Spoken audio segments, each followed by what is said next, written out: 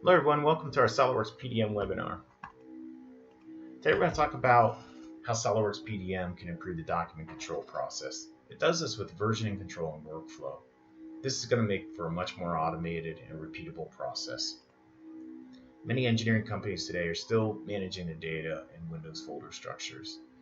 They typically silo the data so that they can identify what's being worked on and what's been released. They may further silo that data by revisions. They'll have subfolders for revision A or revision B, or they're duplicating the data with the revision in the file name.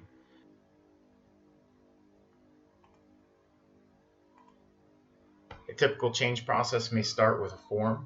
This could be a paper form or electronic form, copying the files inside of Windows folder structures with a revision name, updating the SOLIDWORKS documents, and trying to log the changes of who did what, when, and where.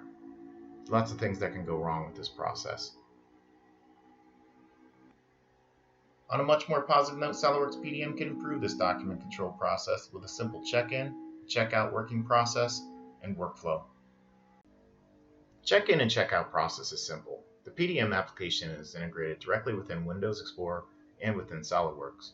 When the file is needed, it is pulled from an archive server over to the local machine where the change can be made. When the change has been completed, the check-in process synchronizes the file once again with the archive server. The PDM workflow streamlines the process by setting the correct revision, tagging the document with the correct status, and setting the permissions. In this example here, engineers can check in and check out the documents in the work in progress status. If there's a sign-off process, the file can be moved to a pending approval process where it can be viewed by others. When the file is ready to be released, it can be moved to the approved process where the revision is stamped and other team members could have read-only access.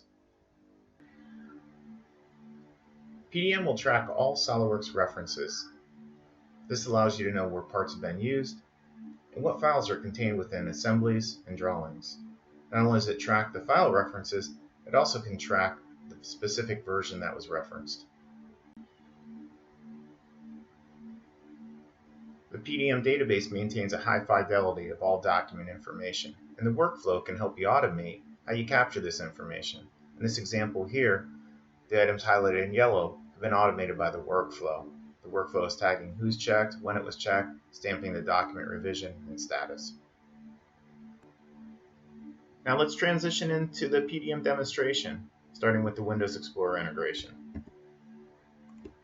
Inside of Windows Explorer, there's an integrated 3D preview. Selecting the data card, we can look at any of the document information, determine the document status and revision. Selecting the where used will show everywhere this file has been used across all versions, or we can select a particular revision. We can see here it's been used in a shield assembly, the bench grinder assembly, and which drawings are affected.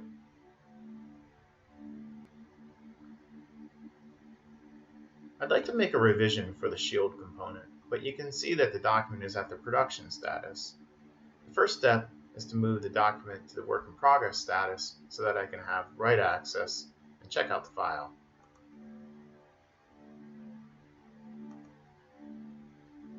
So let's move the shield component and the associated drawing to the work in progress status.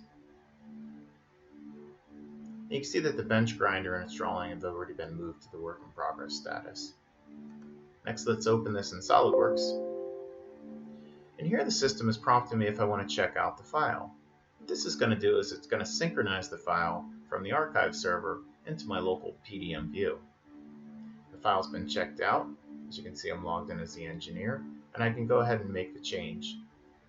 But before so, let's go ahead and grab the drawing. Directly from within the SOLIDWORKS integration, we can see the same where used. So I can go ahead and grab the drawing, or I can grab the bench grinder assembly directly from within the SOLIDWORKS integration. So let's go ahead and open up the drawing and check it out. We can see here that the dimension is 160. Let's go ahead and make a small change. Let's make that 140. Rebuild the drawing and the SOLIDWORKS component. Go ahead and save our file.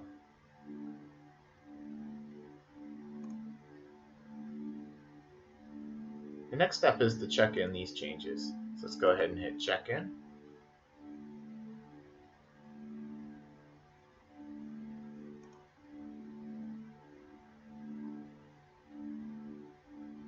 And then we can change the state of the document. We can move it forward in our process to the sign-off stages. So we'll submit this one for approval, and we can select somebody to notify that may be participating in the sign-off process.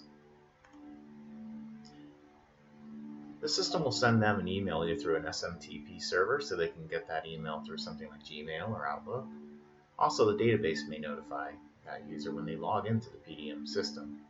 In this case, I'm going to go ahead and sign off on my own document. We'll go ahead and say this document's approved.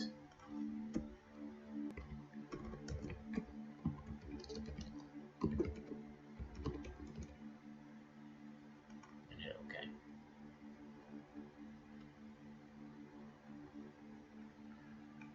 And as you can see down here, the PDM system is going to tag this document with the correct document revision. It's also going to stamp today's date in there and the person that checked this document.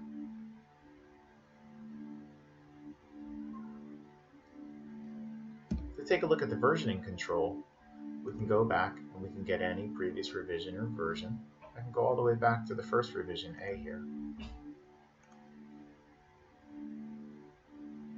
where I can see this shield was originally 120 millimeters. I can again look at any version, or just simply go back and grab the latest version. This helps keep all the data synchronized across the domain.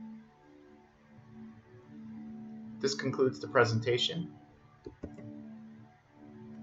and I hope that you can see that SOLIDWORKS PDM can drastically simplify and improve the document control process with workflow and versioning control.